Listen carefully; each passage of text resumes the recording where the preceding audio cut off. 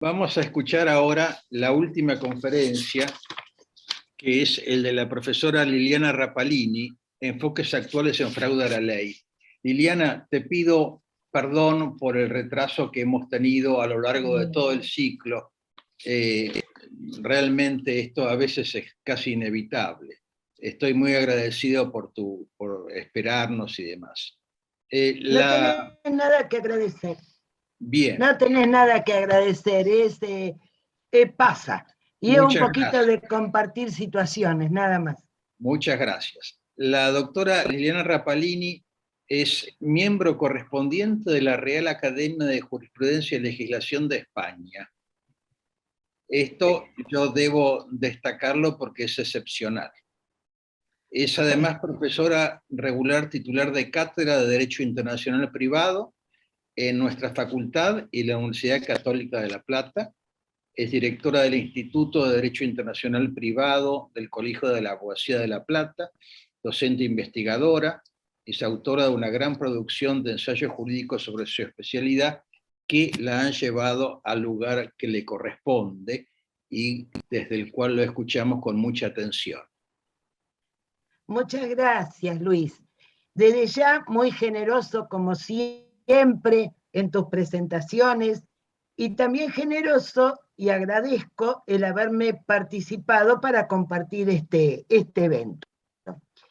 Muchas gracias. Vamos a hablar sobre los enfoques, diríamos, no sé si decir nuevos enfoques, pero por lo menos los enfoques actuales que se le da al fraude a la ley en el derecho internacional privado.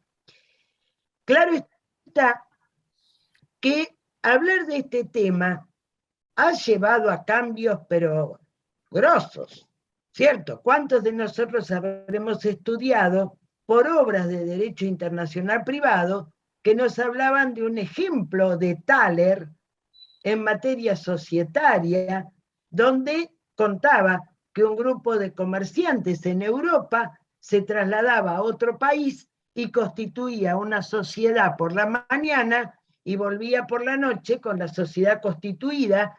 ¿Y por qué lo hacía? Y bueno, porque era mucho más económica constituirla fuera del país donde iba a actuar que en el propio.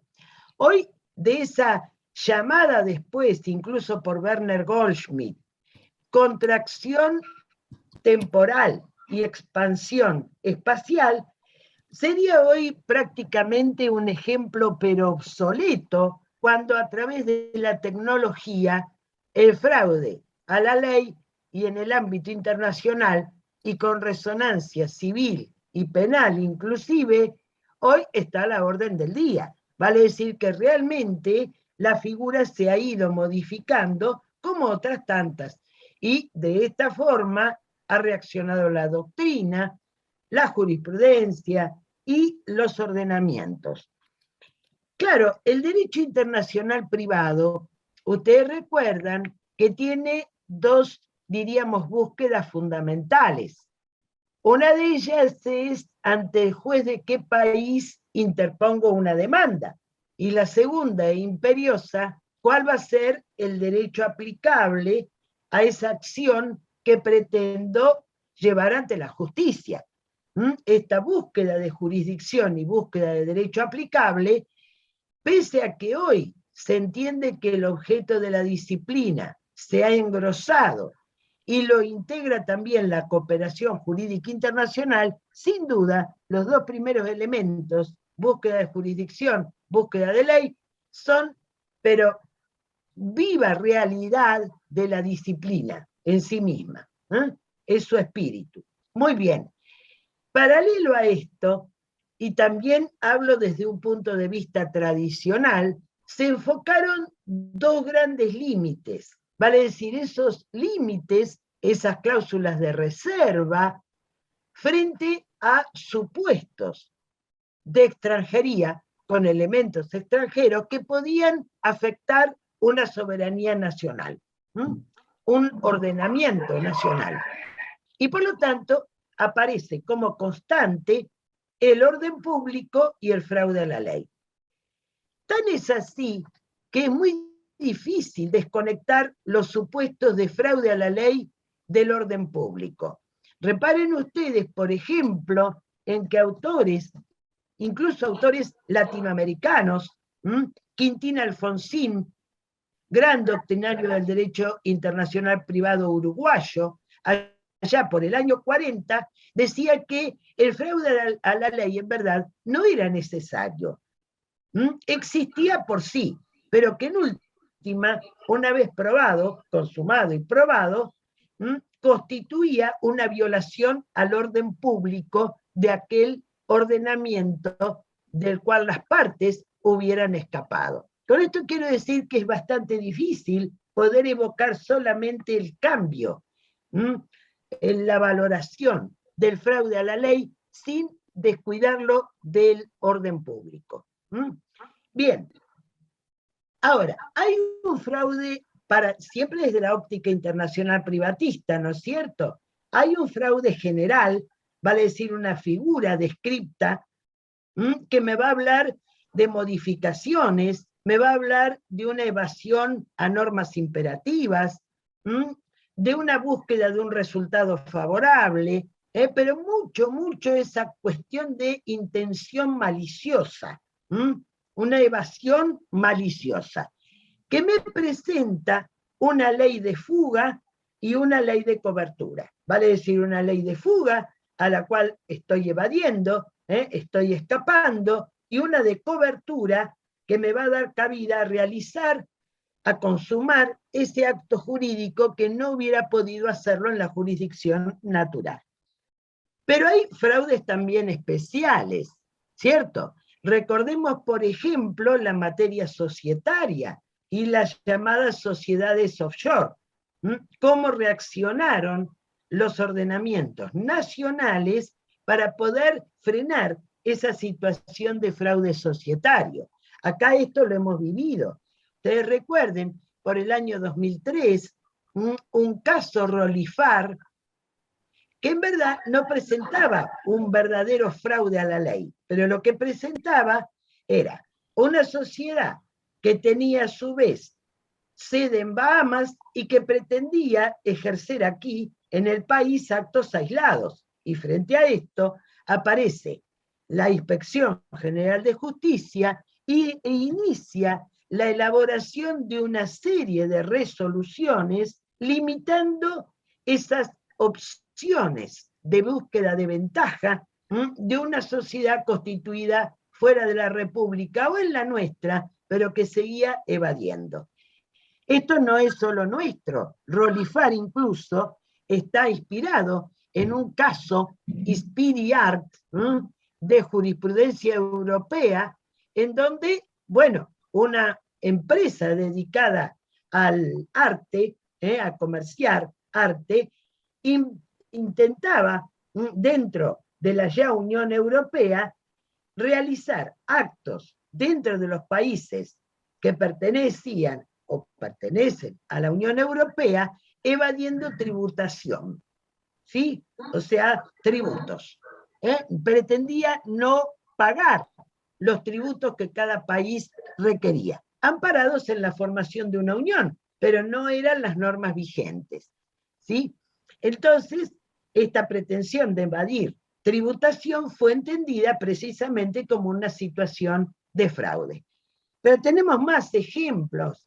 Ustedes recordarán un caso del año 1981, Mandel, un señor que cambiaba de nacionalidad tantas veces como nueva esposa podía llegar a tener, con tal de poder, claro, desheredar a la anterior y beneficiar a la siguiente. Pero resulta que llegó un punto en que su vida se extinguió y aparecieron, pero numerosa cantidad de herederos aquí en Argentina, en donde el juez dijo, no, este señor, en verdad, lo que hizo fue un fraude al derecho argentino, por lo menos, y desde ya, para el patrimonio habido en el país y los herederos correspondientes a las uniones realmente no afectadas por el fraude.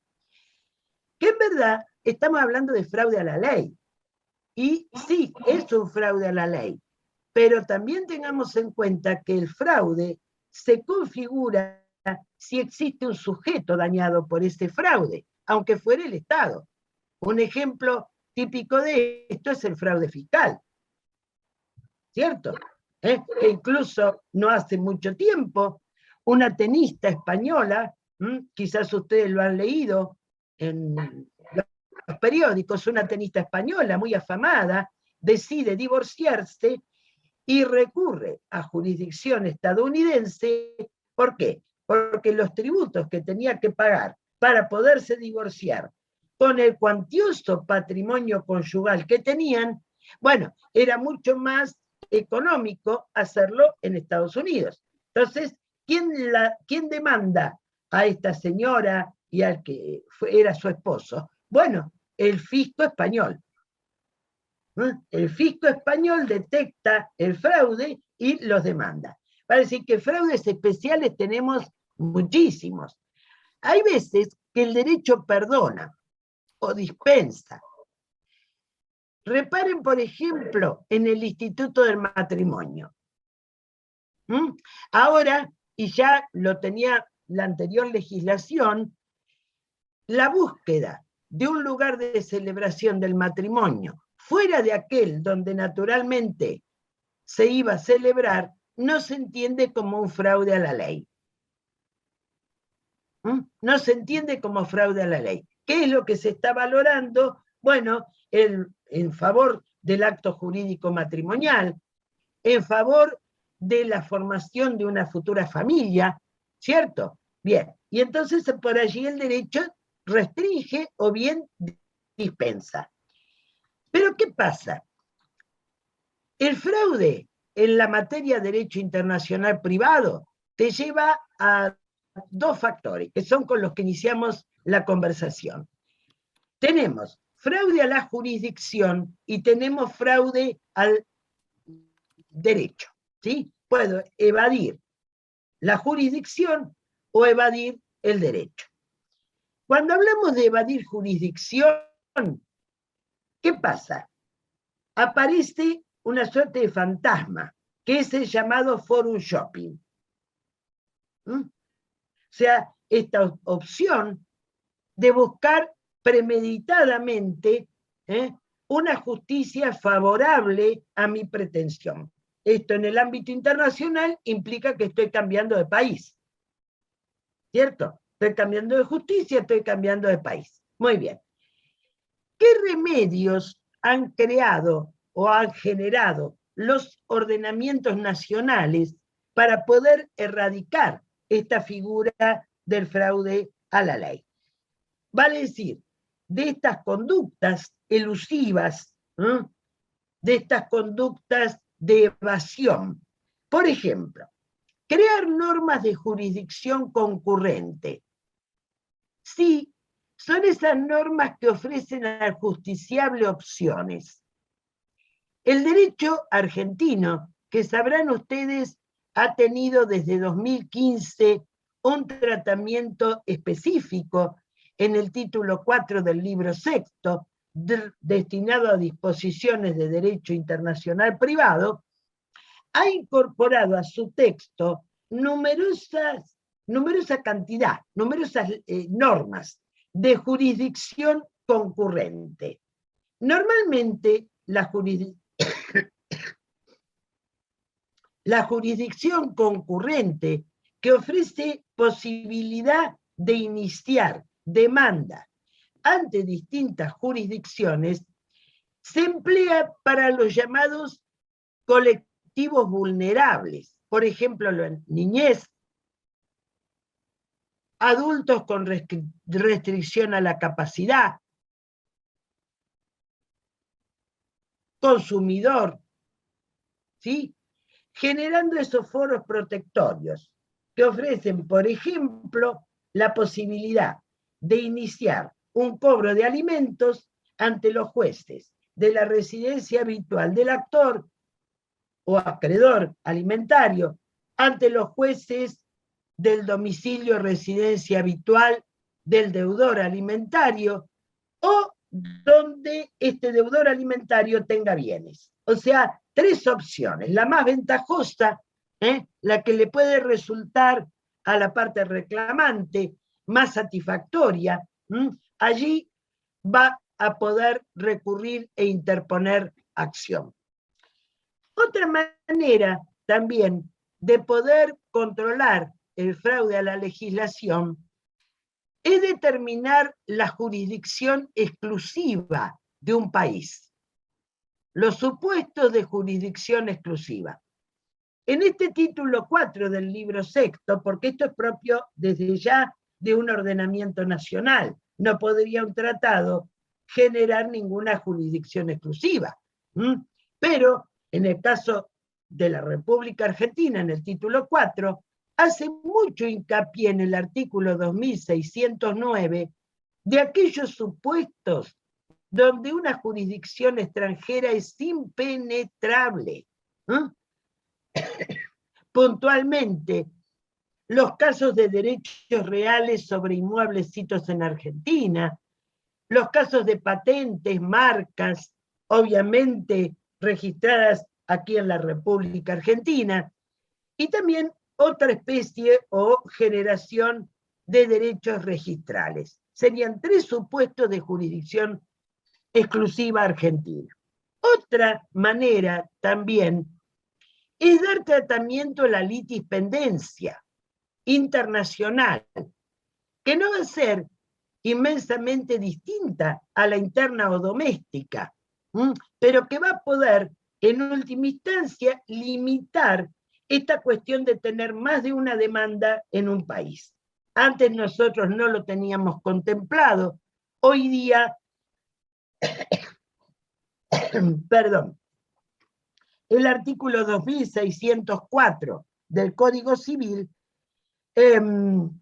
consagra o regula el problema de la litispendencia.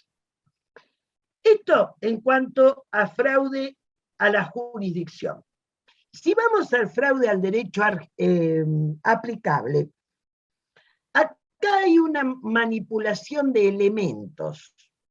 En algunos casos, y en la gran mayoría, hay un cambio en los puntos de conexión. Por ejemplo, cambio de domicilio, cambio de nacionalidad.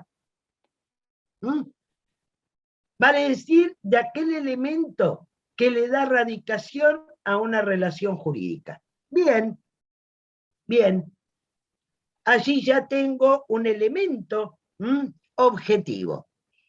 También se habla, como hoy conversábamos, de esta intención maliciosa. Sin embargo, ustedes van a tomar lectura de, por ejemplo, Carrascosa González, de Calvo Caravaca, que son tratadistas españoles, donde dicen, no, cuidado, cuidado. ¿Por qué? Porque en última instancia una persona puede someterse a un derecho foráneo y no saber que con eso está dañando, o está provocando, sí, un daño, un fraude al derecho. Entonces, ¿qué sería lo necesario? Lo necesario es el análisis de cada caso en particular. ¿Cómo diríamos, cómo reacciona el derecho frente a esto? Vale decir, una situación de fraude, una situación de fraude al derecho aplicable, sobre todo al derecho aplicable, no porque lo entienda más gravoso que a la jurisdicción, pero al derecho aplicable, ¿cómo va a reaccionar el derecho? Hace de esto muchos años, en el año 60 aproximadamente, aparece un caso que resultó de mucho fastidio para los que en ese entonces ya practicaban el arbitraje. ¿Por qué? Porque la Corte de Londres había sido elegida por, diríamos, un caso de compraventa mercantil internacional. Al caso se lo identifica como Soleimani, el nombre precisamente de uno de los comerciantes, y el objeto de la compraventa internacional eran alfombras persas. Las partes habían elegido a la Corte de Londres como para que ejecute el fallo en caso de incumplimiento. Y la Corte se negó. ¿Por qué? Porque entendió que esta compra-venta, que reparen ustedes, Londres nada que ver, ¿eh? No había recibido las alfombras, no, tenía el caso para ejecutar sentencia, había violado normas internacionalmente imperativas del comercio. Vale decir, las estaban comerciando no con todos los recaudos necesarios para salvaguardar la salud. ¿No? Y entonces la alfombra persa estaba mal vendida. Por lo tanto, los ingleses o la Corte se negó a ejecutar ese fallo. ¿Por qué? Porque había detectado una violación a las normas internacionalmente imperativas. ¿Y cuáles son? ¿Cierto? Porque nosotros no hemos trabajado esta categoría de leyes. Podemos asimilarlas o conocer por doctrina francesa a las normas de policía, ¿cierto? Pero nosotros no trabajamos esa nómina. Antonio Bogiano, tratadista argentino de Derecho Internacional Privado, trajo y mucho, y más categorías, muchas más, algunas muy difíciles de diferenciar. ¿Cuándo es de orden público? ¿Cuándo es internacionalmente imperativa? ¿Sí? Pero la enseñanza posterior ha demostrado de su necesidad, y es así como en el artículo 2599 el Código incorpora esta categoría de leyes, que se identifican sobre todo como normas que son en verdad nacionales, son territoriales, protegen personas, protegen bienes que están bajo su amparo. Pero, ¿qué es lo que va a decir el Código? Una suerte de expansión. Vale decir, tengo que respetar, obviamente, las mías, desde ya la de un país con el cual voy a tener contacto o va a tener el caso, y la de cualquier otro país que pudiera tener interés en el tema. Pero nosotros hemos vivido esto y en parte lo seguimos viviendo. Las normas COVID adquirieron cierta universalidad, pero también cierta peculiaridad. Cada país dijo, no, yo permito esto, exijo lo otro. Bueno, ahí tenemos cómo estas normas que nacen dentro del ordenamiento nacional se internacionalizan. Y más que internacionalizarse, es como que se expanden, ¿no es cierto? Bien. Entonces, estábamos dentro de lo que es el fraude al derecho aplicable. Muy bien. Entonces, así como en jurisdicción hablábamos de algunas soluciones, en el derecho aplicable, la incorporación de normas internacionalmente imperativas es, por cierto, un recurso que cada ordenamiento nacional tiene que, diríamos, producir. Otra pregunta interesante es ¿qué ordenamiento jurídico y de qué manera se castiga al fraude? ¿Sí? Vale decir, yo cambio mi nacionalidad, todo está bien, testo a favor de quien quiero testar, luego parto, se abre el testamento y ahí vino todo el problema, ¿no es cierto? A ver si evadí la ley, no la evadí, testé bien, testé mal, bueno, perfecto. Pero, ¿cuál es el ordenamiento? Y más que nada, yo diría no tanto la jurisdicción, porque si evado el derecho argentino, obviamente la acción sobre fraude se va a iniciar acá en la justicia argentina. ¿La iniciará algún heredero? Bueno, muy bien, algún heredero que precisamente fue preterido, pero bueno, en última instancia va a ser aquí. La respuesta no es del todo satisfactoria y por otro lado lo es. ¿Por qué? Porque no es este un tema que pueda abarcar el derecho internacional privado. El derecho internacional privado no puede castigarlo.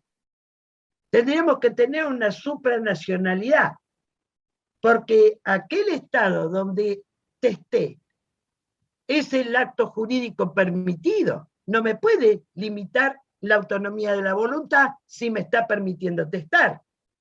Entonces, ¿cómo se castiga el fraude a la ley en el derecho internacional privado? Se castiga con la ley del foro.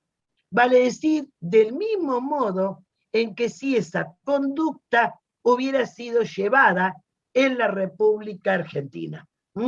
Vale decir, es una visión de unilateralidad, no de conflictividad.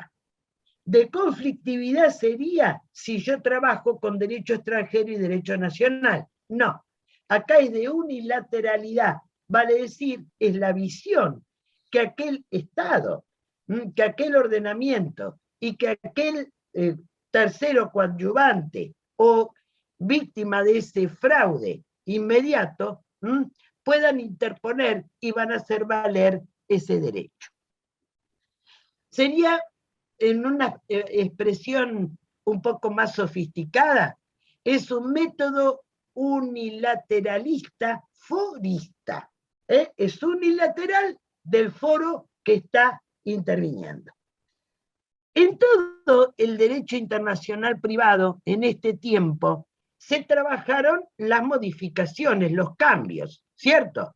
Uno de los cambios dice que del método de conflicto tradicional hay que pasar a un método de armonización y diálogo. Sí, está bien, diálogo normativo, correcto. Esa idea se fue trasladando.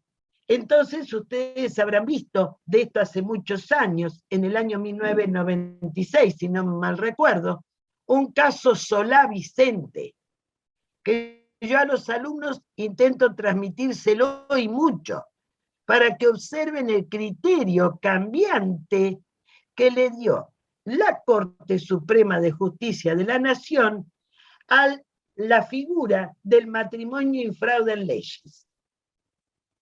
¿Recuerdan? No éramos divorcistas.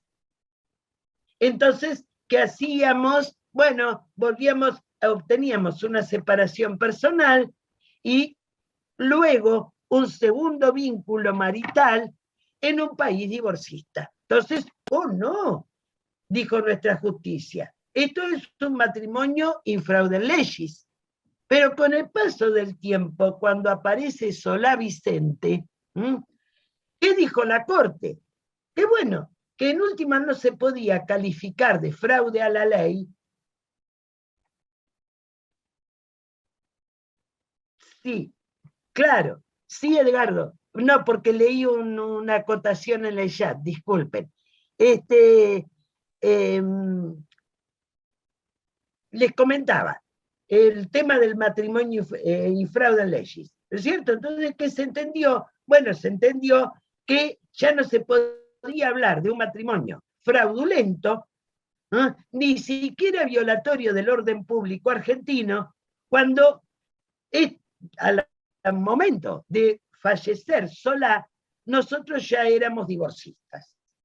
Esto generó todo un tema, ¿cierto? Y una discusión incluso entre los civilistas. Pero en última instancia estaba sentando el rumbo hacia un orden público mutable, cambiante. Bien. Entonces, ¿cómo ha cambiado, diríamos, el método para merituar el fraude a la ley? Porque si cambió para valorar el orden público, evidentemente cambió para también valorar o darle un espacio al fraude a la ley. Entonces, ¿cuál sería la propuesta hoy día? Y con la cual ya cierro el tema porque creo que medianamente hemos dado una visión. Sí, tenemos unos minutitos más, sigo, pero creo que ya están bastante cansados. Entonces, ¿cuál es la idea? Miren, la idea es buscar conexiones razonables. Si yo voy a pretender que una persona que perdió el equipaje litigue ante la corte de Atenas, pobrecita, no litiga nunca más. o me va a inventar de alguna cosa, va a decir me va a hacer un fraude a la jurisdicción o a la ley y va a buscar algún lugar donde poder reclamar su equipaje. Salvo que el equipaje sea, no sé, tremendamente valioso como para intentar recuperarlo en donde sea. Pero si no, le estamos provocando, estamos buscando que esta persona cometa un fraude a la ley. Pero miren ustedes lo que ha ido sucediendo. Lo que ha ido sucediendo en otros temas. Hoy se ha hablado del tema, o sea, yo no entré desde el inicio, pero escuché algo de la doctora Bigliardi, de la vinculación parental, la afectividad, ¿no es cierto? Y demás. Miren ustedes lo siguiente. Resulta que hace muchos años, cuando España acepta el matrimonio con identidad de sexo, una pareja de varones se casa en España. Muy bien, una de las primeras celebraciones que hacen, bueno, viajan a Estados Unidos y allí consiguen una maternidad subrogada. Contratan, hacen el acuerdo para una maternidad subrogada. Nacen 2 varones e intentan inscribirlos a través del consulado de España en Estados Unidos. El cónsul le dice, no, si yo no tengo ni normas para esto, para inscribir esto. Además no es algo natural. Consigue finalmente salir de Estados Unidos porque obviamente hijo de uno de ellos, por lo menos, es. ¿Sí? Y con la filiación subrogada, porque a Estados Unidos no le molesta en absoluto. Vuelven a España, litigan y, obviamente, ¿qué dijo la justicia española? Que esta conducta es una conducta en fraude a la ley, porque precisamente escapaban al derecho español que no admite la práctica. Ellos se defendieron diciendo que la práctica no está admitida, pero no está expresamente prohibida. ¿Sí? Y que estaba de por medio, además, el interés superior del niño y el derecho a la identidad del niño. Y con esto llegaron a la justicia y prosperó. Prosperó. No fue considerada en fraude a la ley. ¿Sí? El interés fundamentalmente del niño. Cuando la Conferencia Permanente de La Haya toma conocimiento de esta situación, indica al mundo, digamos, a sus países parte, que era un instituto sumamente inmaduro, con países prohibitivos y países permisivos, de modo tal que no podía elaborarse un tratado en la materia, pero dio lo que hoy se llama soft law, o sea, derecho flexible, recomendaciones, sugerencias. Si hoy ustedes toman lectura de fallos nacionales, van a observar que reflejan todos los principios de La Haya y de lo que esta pareja obtuvo ante la jurisdicción española. Vale decir que hoy el fraude a la ley, ¿qué concepto tiene? ¿Qué espacio ocupa? ¿Cómo es considerado? Primero, se coincide en que existe fraude cuando evado normas de carácter imperativo, no normas facultativas, seguramente. En eso estamos de acuerdo. El sector del derecho estoy evadiendo. Pero además, no da diríamos, un espacio tan mayúsculo a la intención maliciosa. La intención maliciosa de evadir estaría sujeta al caso del que se trata. Y por ende, sería el espacio del fraude a la ley hoy día una combinación de un método de conflicto, porque obvio estoy entre un derecho extranjero y uno nacional, sumado a un método, diríamos, de armonía, de razonabilidad, más los derechos humanos. ¿Sí? O sea, el parámetro de los derechos humanos hace que el fraude a la ley baje la tensión y se aplique o se sancione conforme al caso del que se trata. Por eso les contaba el supuesto de la maternidad extracorpórea. Porque precisamente lo que hoy se está teniendo en consideración es, primero, el sujeto damnificado, primero y principal, y si esto llega a conculcar, a tocar derechos humanos en juego. Visto así, se valora, obviamente, pero esto creo que está de más decirlo, muy distinto es un fraude societario a merituar un niño nacido por una maternidad subrogada. ¿Sí? Y calificar el fraude en esa situación, que no significa que el derecho y la justicia no lo sancionen, pero ajustado esa sanción al caso en particular. Bueno, Luis, ya está. Yo por lo menos... Bueno, muchas gracias. Me apuré lo más que pude. Excelente.